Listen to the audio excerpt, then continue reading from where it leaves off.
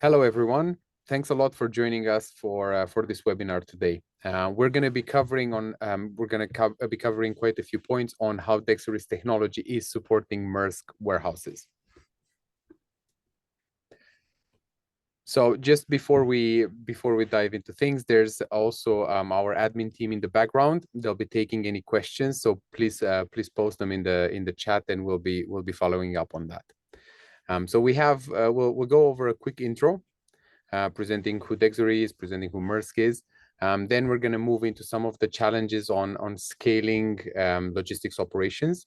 And then we want to be diving into how Dexory has helped and supported Maersk around automation and real-time visibility of what's going on in the warehouses. And then, of course, we'll be covering some of the results and some of the learnings that we've both taken deploying this technology. So without further ado, I'd like to introduce Fergus, and I will let him introduce what Maersk is doing on the logistics side. Hello, Ferg. Hi, Andre. Thank you. Yeah. So, everybody, Fergus Whinham. I'm the head of commercial for Maersk in UK and Ireland. Maersk, as most of you will recognise, a major ocean liner, and we've diversified in recent years and really are pushing an integrated solution now, which allows us to provide customers with a factory to sofa kind of environment where we can manage and guide their supply chains all the way through from origin, all the way through to their customer's sofa. And as part of that, introducing warehousing 5 years ago into Europe, and over the last 2.5 years, really driving that within the UK with the support of Dexory. Perfect. Thank you very much for the intro, Ferg. So let me tell you about Dexory as well.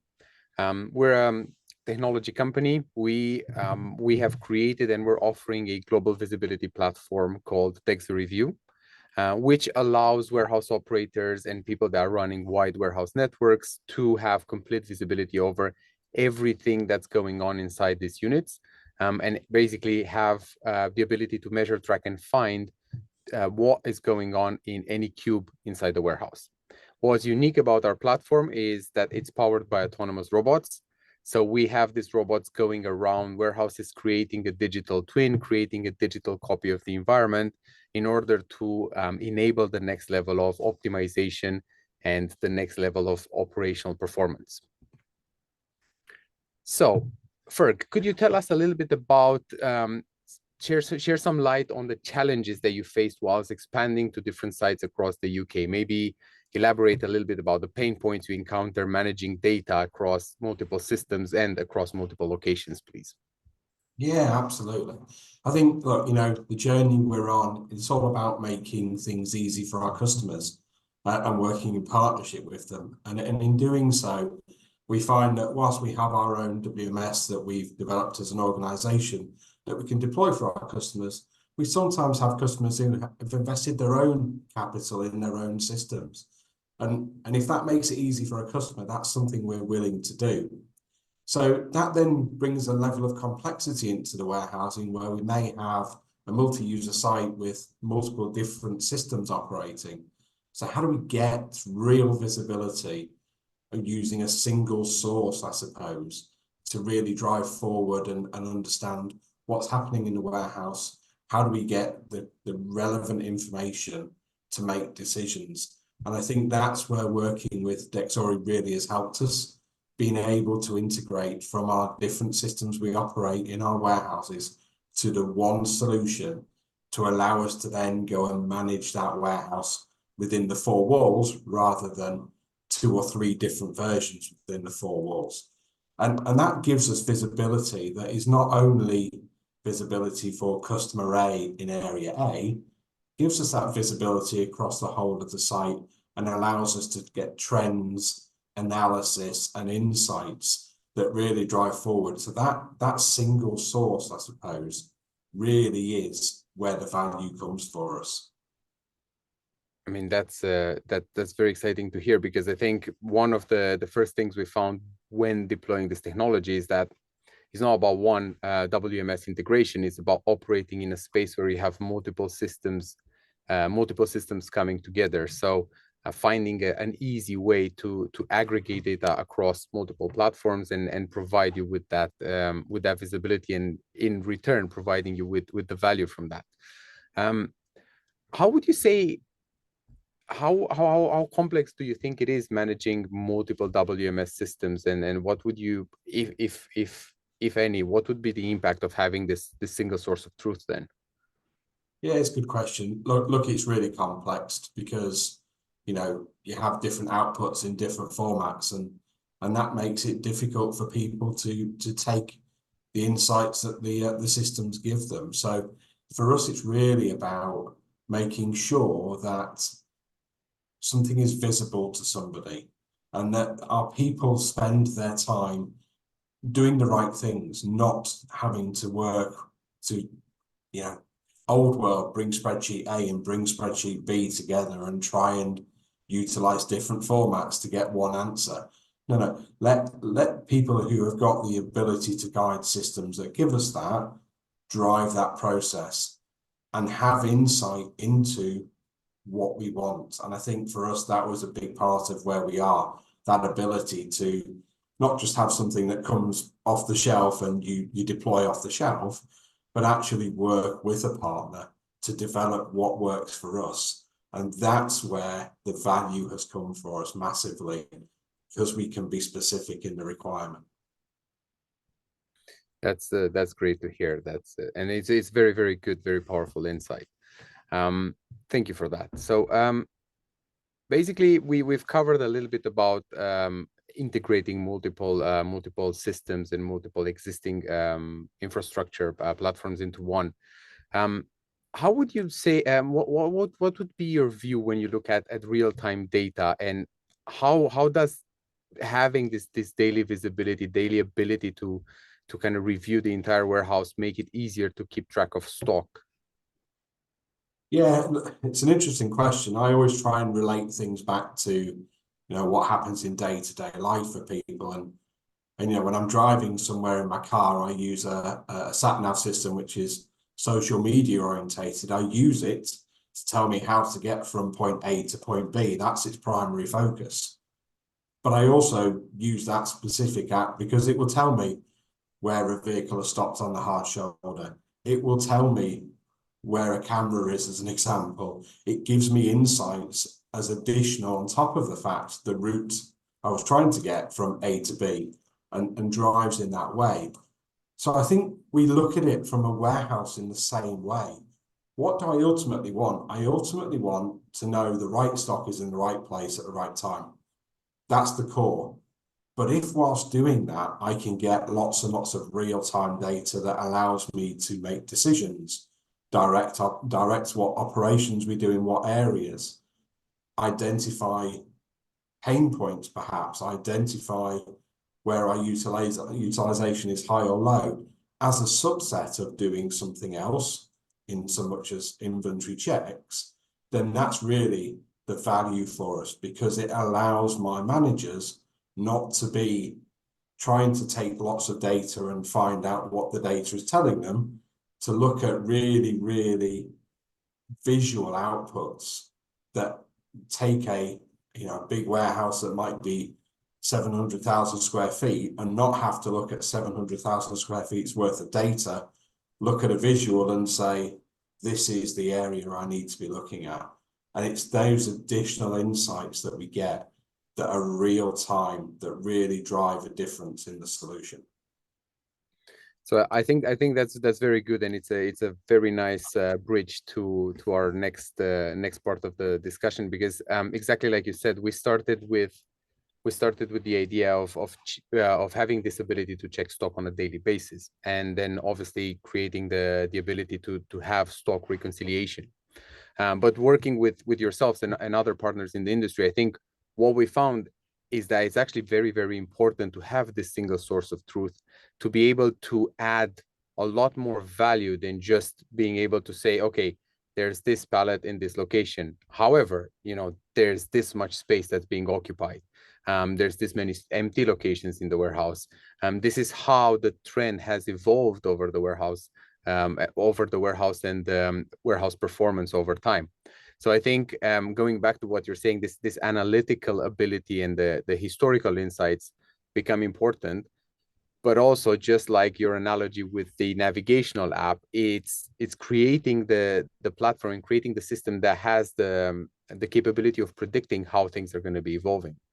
So knowing that you're going to be running out of a certain item in location 5A for picking, and then being able to say, okay, this means that we either need to replenish earlier than expected, or we're going to be facing a shortage in getting these goods to a customer. So maybe we can notify the customer in advance, kind of building that rapport and maybe ensuring that the customer satisfaction remains 100%. Yeah, absolutely. That has to be at the forefront of everything we do. It's what we're trying to drive towards, yeah. And I think, as you rightly say, Andre, what we find is that having that visibility, being able to, as you use the example, identify a challenge before a challenge becomes a problem, that's the value that we get. That's what then influences our customers' outcomes. And it allows us to manage our customers' supply chains and for them to manage their stock profile in a different way. They don't carry 7 weeks of stock when they really want 6 because they need a buffer. They actually look at what they need. And I think there's one part that it really drives, Andre, that I think is worth touching on, and we found a huge value in terms of onboarding of customers here, is that it's in your growth. So as you're growing and as you're bringing new resource into your warehouse, you know, we train people, of course we train people, and we do validation of that training. And we have some great tools that we use within our business to do that. But actually we check what they did every 24 hours. So that if it's myself who's gone out and started doing a new task and for some reason I have made a mistake, well, everybody knows because the data's there, the insight is there to say, Fergus has made a mistake, we must go now and take that corrective action and really support Fergus in developing, you know, what the skill set is, what mistakes have been made, how we improve. So that's the real-time piece that influences the customer outcome, because it allows you to onboard at a different rate. It allows us to work with people and manage that labour pool in a different way. It's actually an interesting point, because it's the real-time visibility that allows you to drive that continuous improvement. So it's providing, because everybody wants to do better, everyone wants to improve and become better at their job, right? So without that continuous loop of continuous feedback loop, it's very, very difficult. Absolutely, very difficult. So now we can dive into a little bit a few more specifics around the projects that we had in the Kettering and Tamworth warehouses. You can see in the background here 2 of our robots kind of side by side, and then a little bit of a snapshot of what DexoryView would look like. DexoryView being our global visibility platform. So I think we mentioned a little bit how complex running a warehouse is, but do you have any specifics or like specific examples of repetitive tasks or specific areas that were automated, and how this helped staff focus on the more strategic and key operational areas? Yeah, look, I think repetitive tasks are a part of day-to-day, and where they can be supported by doing something different, then absolutely we should do. And I think, you know, we look at warehousing nowadays and how it's changed in the last 5 or 6 years, particularly with, you know, demand and how quickly people want to have something delivered to them. It becomes quite challenging to manage day-to-day volumes. So you get massive peaks within a week, more so than we probably did, you know, before B2C became so great. And what happens in those scenarios is you get lots of people trying to do the same thing in the same area, because we're focusing on our customer delivery, but we're also trying to focus on our accuracy. And you naturally get a bit of a clash between those things. What we found is utilizing the Dexory solution allows us to separate those two things. So let the robot go and do the work autonomously. It will continue to do it. It doesn't matter whether the volume is 1 or 1 million, it's still going to carry on working. It's not affected by any illnesses, and it doesn't have a bad day. It has a day, and every day is a day. So we take away that repetitive task. We take away that need for someone to do something, and we let them then deal and focus on the output rather than the do. And the output might be identifying something needs to change. It might be looking at within a 30 aisle warehouse, where do I direct my put away in the next shift, because I've got something very visual. So it then kind of drives the solution for us and drives how we manage the four walls of the warehouse and the flows within it. Because ultimately, what we want is people to come to work, people to enjoy being at work and go home safely. And utilizing the data insights we get allows us to do that by driving resource across different areas, making sure that we don't have clashes and different things going on in a warehouse. So I think you take that repetitive part, you take the repetitive part out and focus really on the output of the repetitive part. And that for us drives a different behavior within the warehousing. That's one of the big drivers for us as well, because at the end of the day, the repetitive tasks and the boring and dull and sometimes dangerous, exactly like you said, because it's not trivial to go 12 meters, 14 meters up in the air in a cage trying to kind of like take the information there. That's the bit that we need to be automating, making sure that the existing workforce and the existing staff can focus on fixing the problems we might find or the errors we might find in the warehouse, but kind of bringing that down, going back to your example, in a 30, 50, 100 aisle warehouse, from having to supervise 700,000 square feet of warehouse space to, okay, you need to fix a couple tens or hundreds of errors, which pretty much anyone can do, and they have a direct indication of what they need to do, what location they need to go at, and they have the tools in order to make their jobs easier and safer. Yeah, absolutely. And look, safety is at the forefront of all of it, isn't it?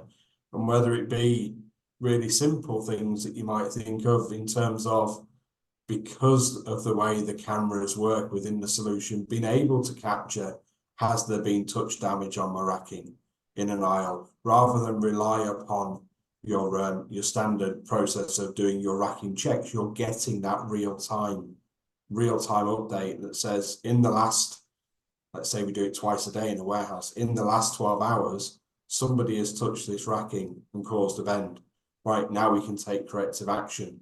We can take away the risk, but we can also then really get into what happened and how do we drive a different outcome? How do we prevent that happening again? So it all comes back to those various different pieces that come as a result, but probably weren't on day one when we started talking about this, as you rightly said, Andre, weren't the focus. The focus was get that accurate stock check. And we've got that, and we're really, really pleased with that. But we've driven a whole load of other things collectively working through this, whether it be safety, whether it be how many check pallets I've got in a warehouse versus white pallets. All these small things that are outputs, but actually influence our knowledge and our ability to resource and manage things in a different way. They're the real benefits. Yeah, thanks a lot for that, because that's exactly what we're aiming to do. We're aiming to work very closely with our customers, with our partners, to make sure that the unlimited potential of the technology that we've created is driving direct benefits to the day-to-day operation, rather than creating the technology for the sake of saying we have this amazing technology, but okay, fine, what's the real application? And I think we touched on some really powerful examples so far.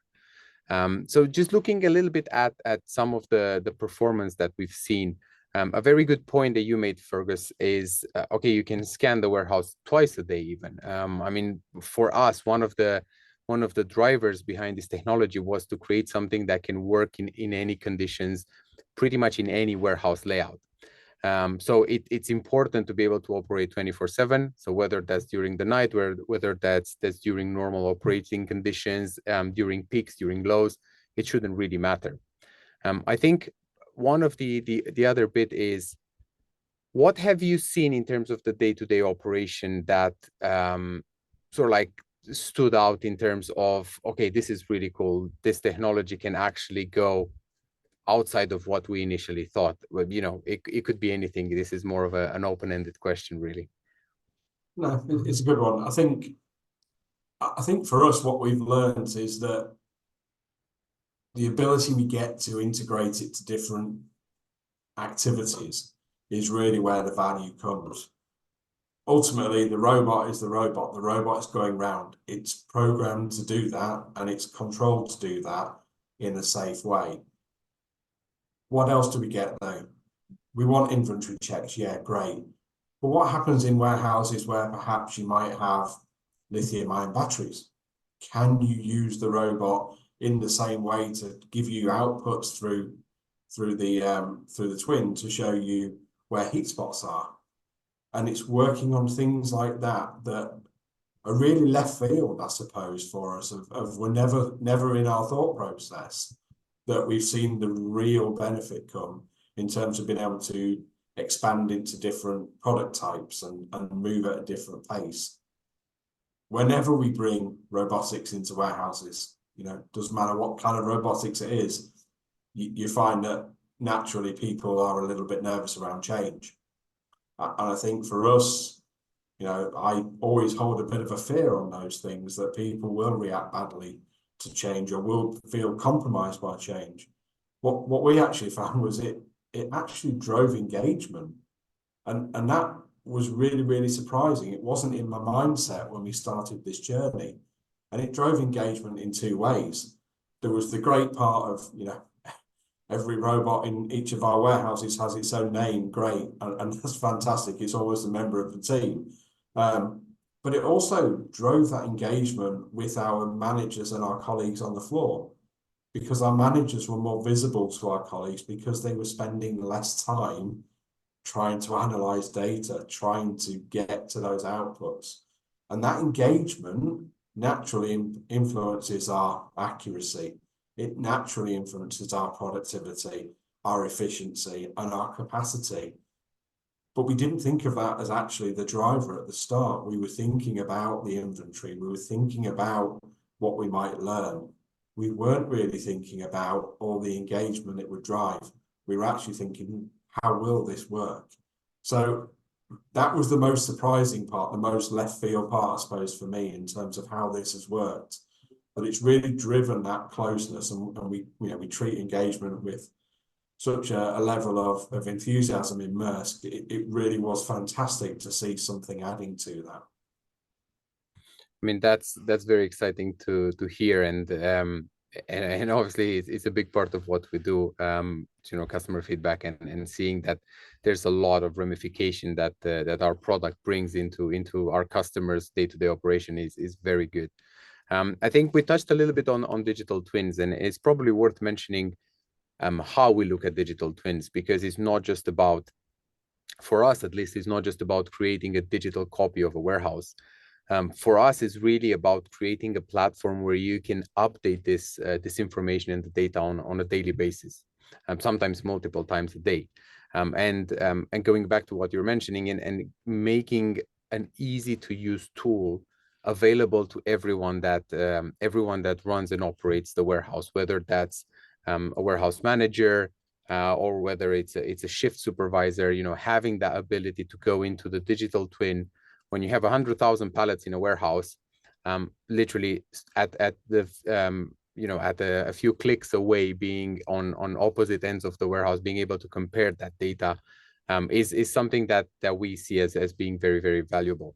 And I think this is a big part of what you were mentioning, in terms of, okay, now the managers, now the more senior members of the staff don't have to spend time going and checking locations, but they can actually dedicate their time to spending it with their teams, to making sure that everyone has that level of engagement, and they provide the feedback to make sure that everyone gets the training and improves in the way they do their work.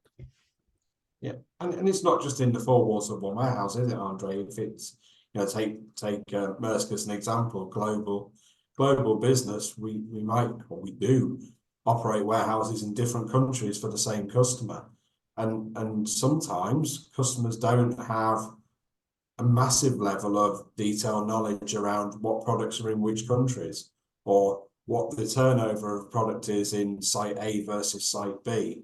And I think having that one platform, taking it that step further than having two WMSs talking to it, two completely different sites talking to it, but being able to look at that data in that twin that says, actually, product A is moving really, really fast in site 1. It's not in site 2. Do we need to balance stock?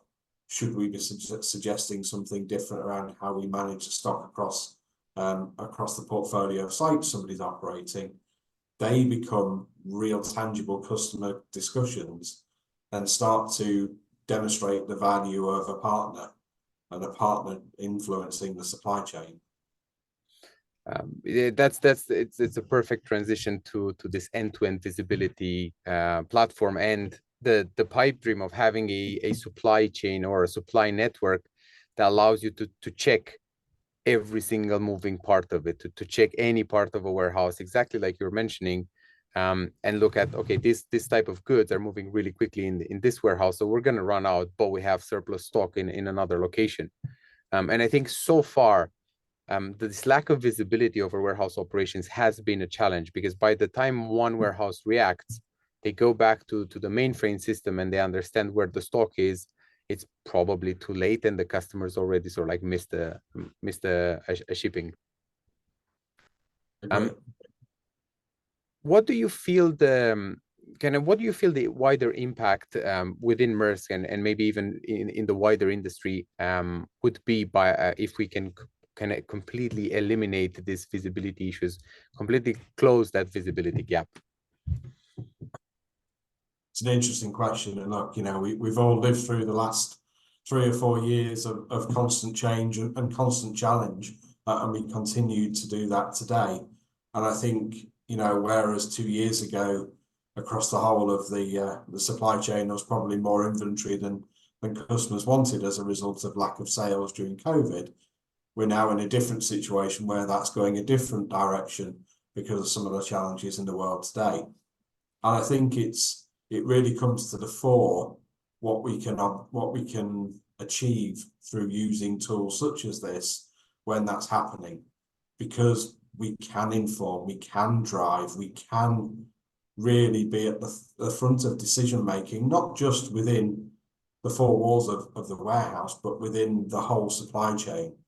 And that, for us as Maersk, is massively important, because it allows us to look at how we utilize the levers within our business, the assets we have within our business, to speed up and slow down supply chains for customers, react to that. And really that integrator part, you know, we talked about at the beginning as the objective for Maersk, comes to life. It really comes to life driven by that.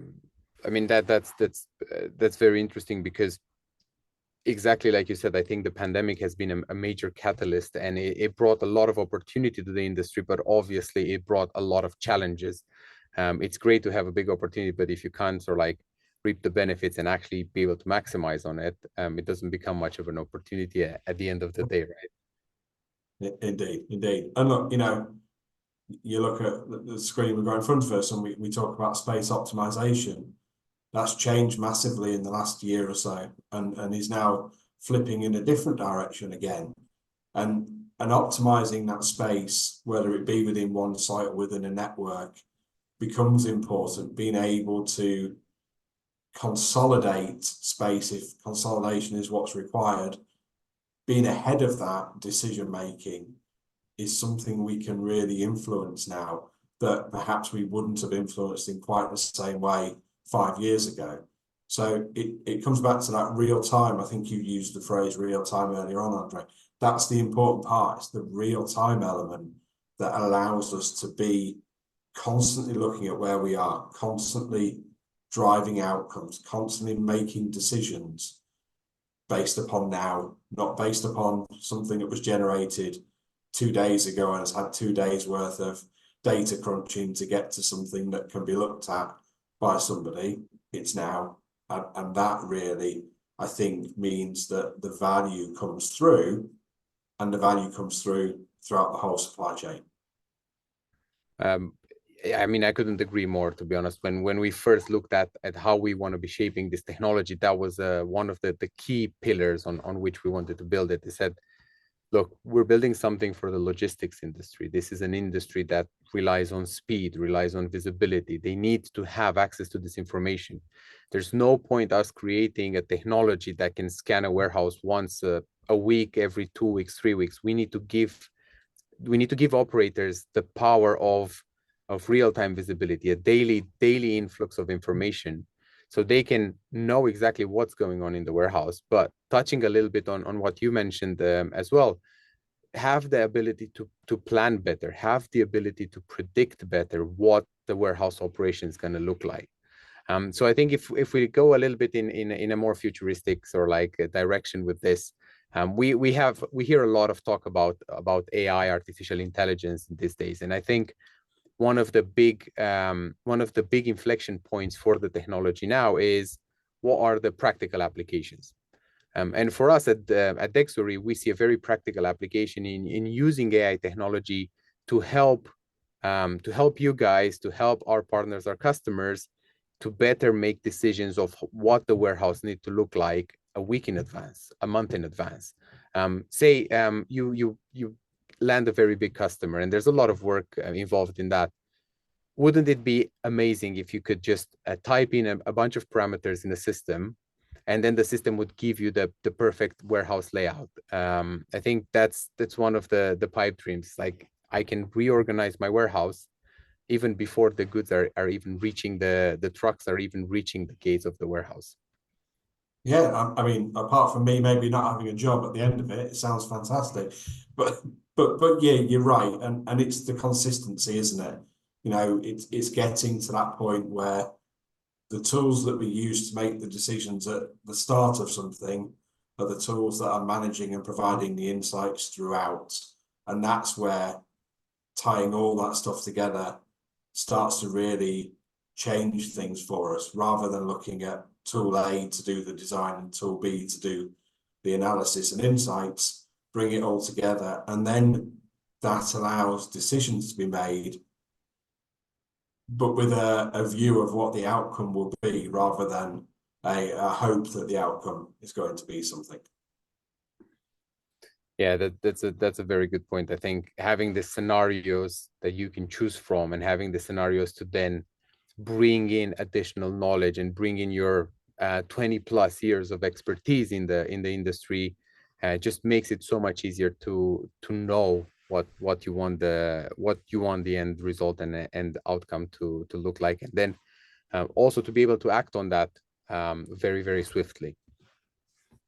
So if we look a little bit on sort of like safety and compliance, I think we mentioned safety quite a few times, and obviously compliance is a big part of operating a successful warehousing network.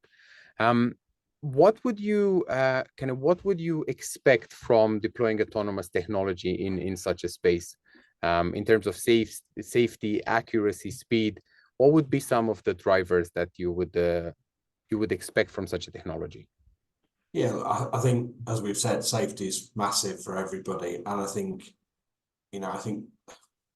cycle counting and stock management as an activity naturally puts lots of people into areas to manage that. So the more people we put into areas, the more risk we introduce for those people. So by utilizing a tool like this, can we take the people off the floor and put them somewhere where they're working on the outcomes? That's much better for their safety and the safety of our teams. So that's the starting point of a thought process.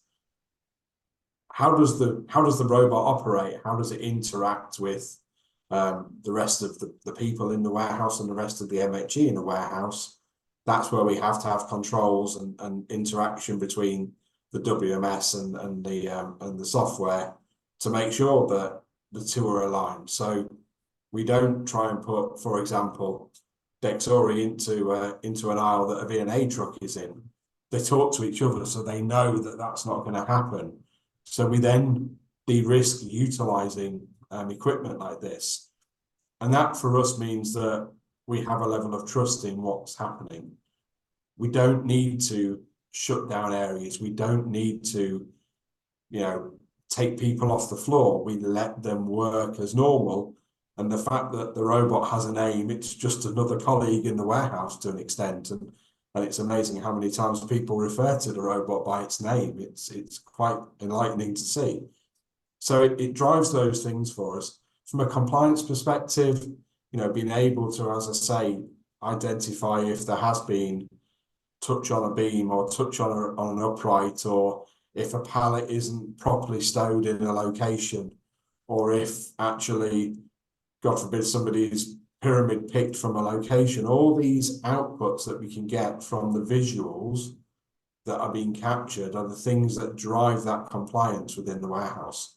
It drives us being able to provide feedback to people, take corrective actions, take preventative actions as well, being able to set people off. It's amazing how when people know that they're working with something that's going to give them insights, it also changes what they do to influence the insights. So people react proactively to make sure that, things are going to be right. And all these things start to build up and start to change the culture, and the culture then drives the safety and the compliance and the adherence to process. And you start to see really the change in behaviors, and that's really important. I couldn't agree more. I think one of the big drivers for us when we sort of like launched the product and the project with you as well, was this ability to run the scan, to run the autonomous systems pretty much all day, every day.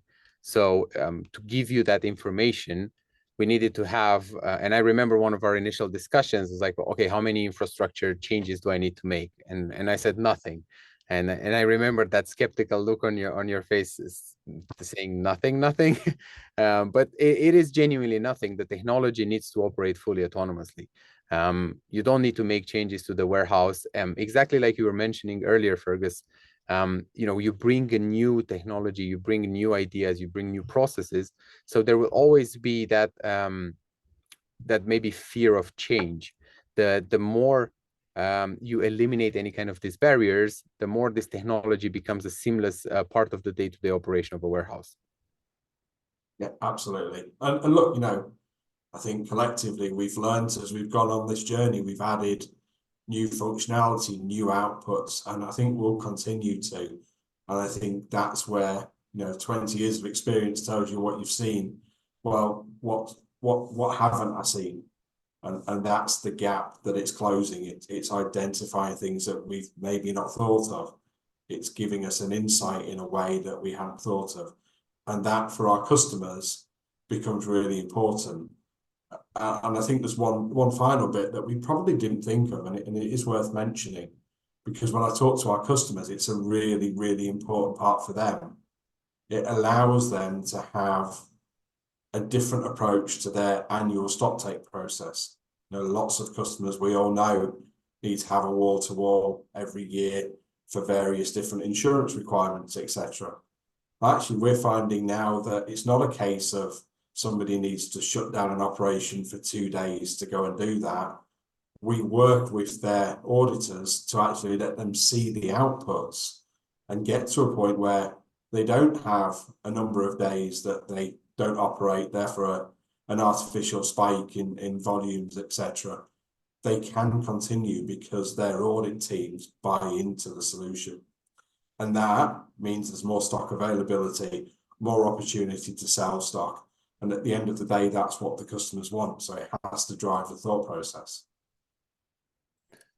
Thanks for that, and I think that's a very very solid conclusion to our webinar today, because that's what really closing and eliminating the visibility gap is all about, is making sure that transparency is visible to everyone, the wider industry, to the people operating the warehouses, but also to the customers that are then benefiting from a much better service, and that customer satisfaction always stays at 100%. So I would say thank you very much for joining us today. It's been an absolute pleasure to be covering these topics and to obviously bounce more ideas and discuss ways in which we can expand our technology, but also refreshing to see what a positive impact and how well it was received and adopted within the Maersk warehouses. Great to chat about it. Thanks, Andrew. Thank you.